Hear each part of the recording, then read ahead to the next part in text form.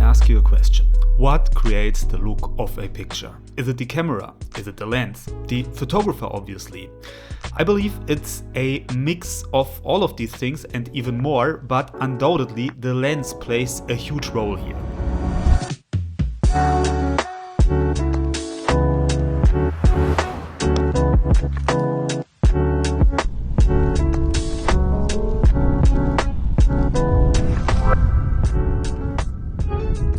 So analog photography still is pretty much at the peak of its trend.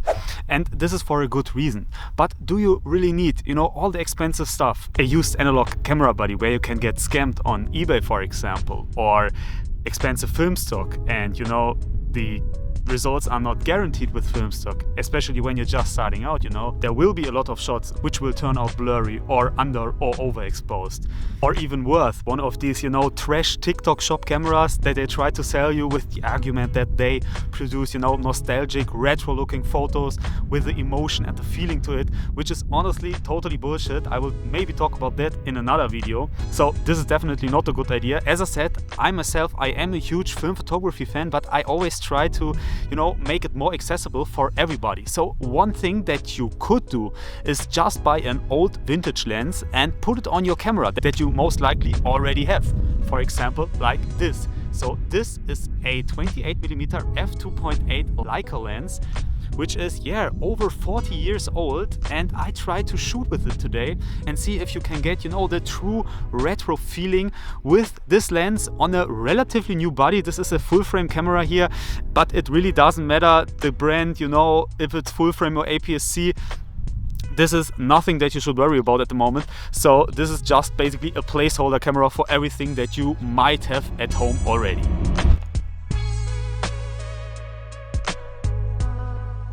So while I'm walking around here and try to take nice shots, let me explain a little bit more about today's video.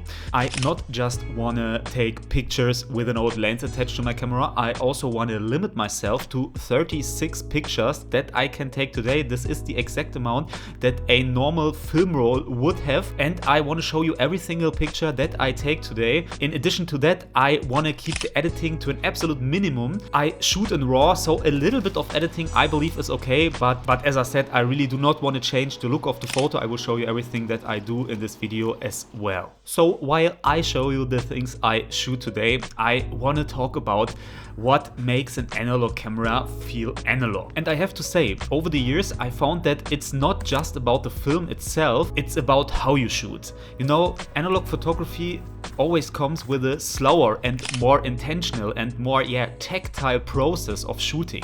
This is the total opposite of modern high-end cameras where you can shoot like 60 pictures in burst mode in full quality every single second. That's just not possible with film stock. And this is what I try to emulate here. What also, at least for me, makes the analog feeling so beautiful is the full manual control of your camera, the focus, and obviously the settings of your camera. And I know there are some newer analog cameras which will come with autofocus and automatic modes and stuff like that, and this is totally fine.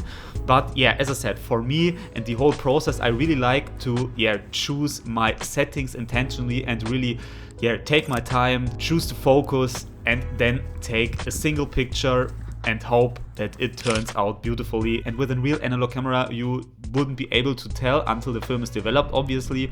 So I try not to look at my camera too much and at the pictures and wait to see the results until I'm back at home and on my computer again. So one very valid question that someone could ask now is, why not use your normal lens with your normal camera if you shoot digital anyways? And for example, add a film emulation preset later on. And this would be possible, obviously, and again this video is more or less an experiment to me as well, but I believe this really misses the point, honestly, because again it's about the whole process of shooting, and we basically have the whole analog process except for needing to develop the film. So let's see how this works out. I also believe that, you know, these vintage lenses, they can give a certain look to a photo that is really hard to, you know, artificially create later on in post-processing. You know, this glow and the colors, I mean, you can do a lot of editing later on and a lot is possible today, but I believe if you are a real hardcore film nerd, you would be able to tell in most cases. But that's just my opinion, obviously. So let's come to the pictures now, and I've shown you multiple pictures throughout the video already, and you can obviously decide for yourself if this is something that you want to try out and if it's worth it. For me, I think the pictures, they have a unique retro look to it, so it definitely worked out in this regard. Obviously, it is not the same as shooting with a real analog camera. That is for sure, you know, you cannot fully replace this. However, I believe for someone who's just wanted to start out, the idea is not wrong to think about getting a used lens first. As I said, you cannot do anything wrong with a old and used analog lens because most of them are pretty cheap, and without any electronics inside it, there is not so much that can break. So if you find out that you really do not like this manual style of photography, you can just sell it and, you know, leave it as it is. Obviously, this video is for a very specific audience because you need some kind of interchangeable lens camera already. Another thing that I strongly believe is that this is a way superior option over buying one of these cheap plastic TikTok cameras that they try to sell you. I talked about that in the beginning of the video already, but these things, they are scam and God, I hate them. But yeah, obviously this is a way better choice and a way better way to spend some money. So yeah, that is for sure. So what I really learned, and not just with this experiment, but also, yeah, with my recent experiences in photography, especially when we talk about outdoor nature, landscape photography, is the intentional shooting. You know, limit yourself, maybe only bring one lens, or maybe, as I said, limit yourself to a certain amount of shots. And while this might sound a little bit strange, it really is a great way to connect to your subjects again and, you know, to slow things down and have a better time, you know, doing your hobby. Because I had so many instances where, you know, I brought like 4 different lenses, I brought a drone, I brought a ton of filters, and it really stressed me out a lot to always change lenses, you know, in situations where it might get dirty, for example, when you are outdoors and it's raining, and this is just not optimal. And again, it stresses out a lot, and, you know, slowing things down sometimes is a good idea. So with that said, we already have reached the end of today's video again, and I'm really interested in what you think about, you know, this whole experiment. Do you think it's worth trying that out? Have you tried it out already maybe? So let me know that in the comments below. And if you have enjoyed watching this video, thank you so much for tuning in, and, you know, maybe check out my channel. I have a ton of other photography related videos over there. But for now, I wish you a great day, I wish you a great week, and I hope I see you in next week's video. So see you then, and goodbye.